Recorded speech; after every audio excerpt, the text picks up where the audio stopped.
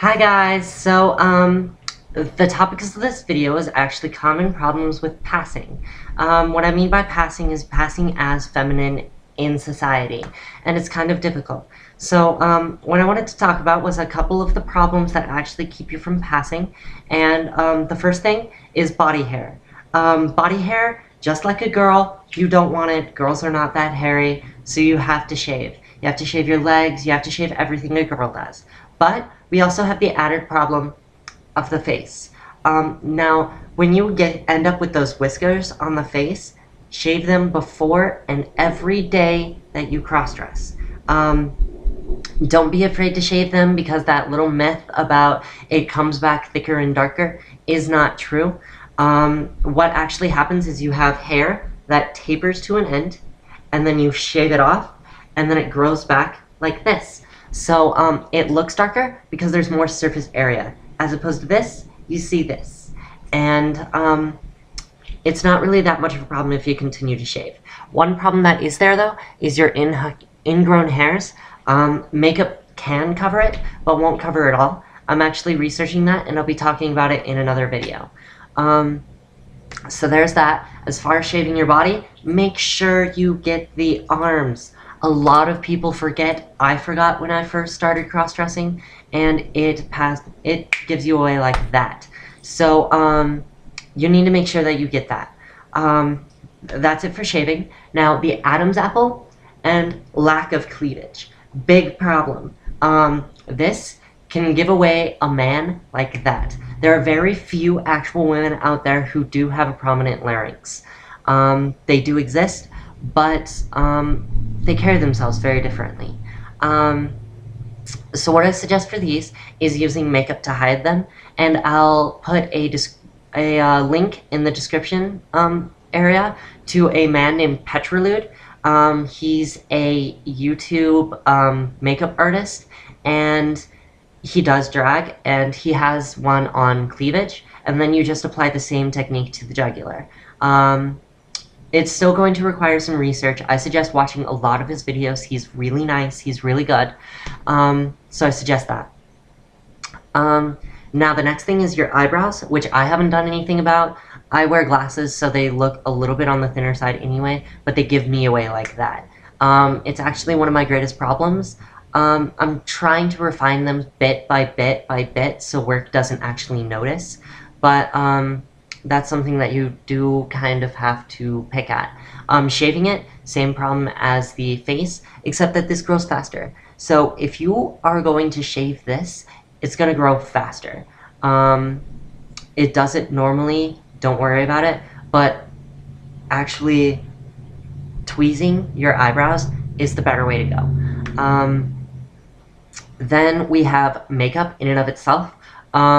Practice, practice, practice. That's all I really have to say about it, except for one thing, one tip.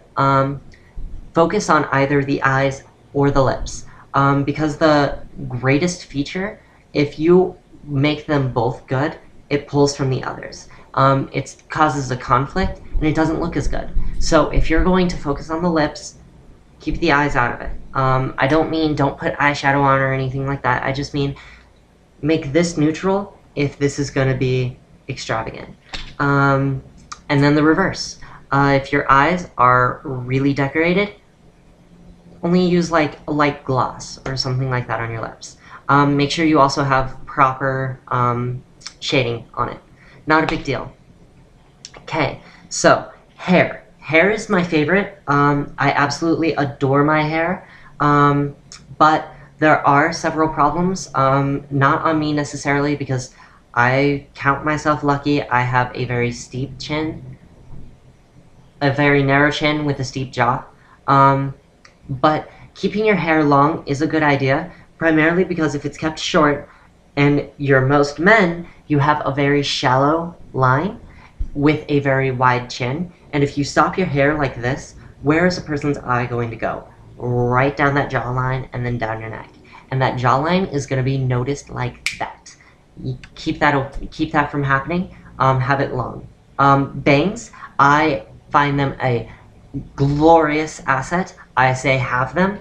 I don't have them all the time. It's perfectly fine not to have them all the time, but it is a great asset. like primarily because of this eyebrow bump right here.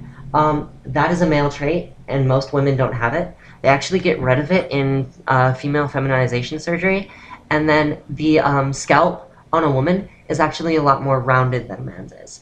So the bangs actually help to hide both of those. So there's that for hair. Next is actually your clothing. Clothing is a fantastic thing. I absolutely adore fashion, but be fashionable about it.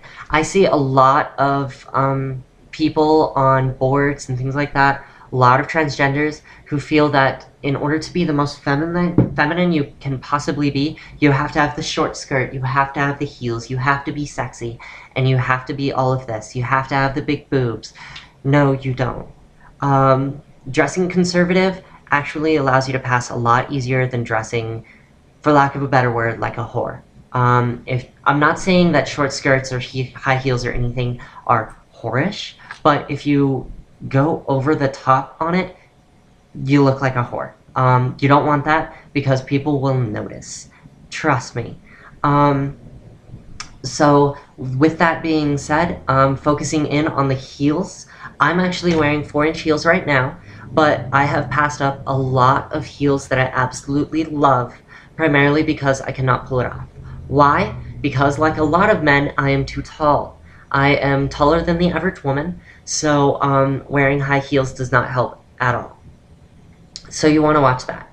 So with 15 seconds left, I would like to add something and say that passing is not all about the image. It's also about the inside. I agree with Fiora West Coast, of whom I will link in the description, when she says a lot of your transition is mental. Talking like a girl, thinking like a girl, moving like a girl.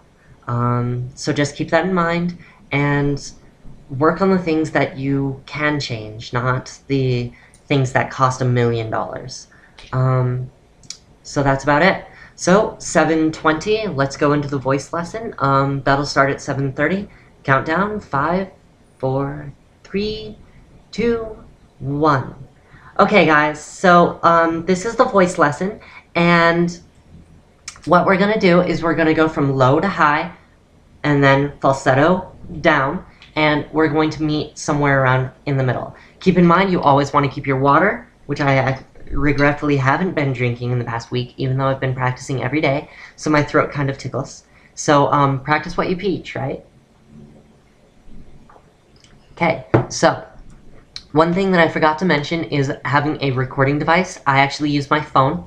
So use the phone, use YouTube, use something like that to record your voice, listen to it, and then make modifications. So without further ado, let's start from low, low to high.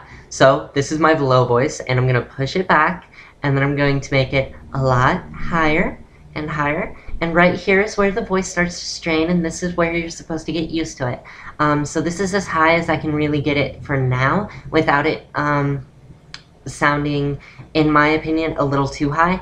But pushing it higher is also very helpful, so let's do that. And this is it, and that's low to high. Now we're going to go from falsetto down, so we're going to return down here, and then we're going to move up into falsetto, and from falsetto we're going to start moving down and down and down. Note your Adam's apple and everything like that, and there we go. And this is as low as I can make the falsetto, and this is high feminine voice, and it actually does hurt a little bit more than the highest I could get with the male.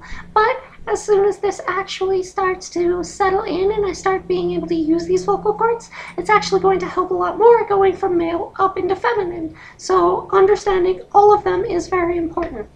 So I'm gonna stop now because it's kind of starting to hurt, and then I'm gonna repeat this process in about 2 to 3 minutes. I suggest you guys do the same, and keep in mind you gotta practice, practice, practice every day. That goes the same with everything else.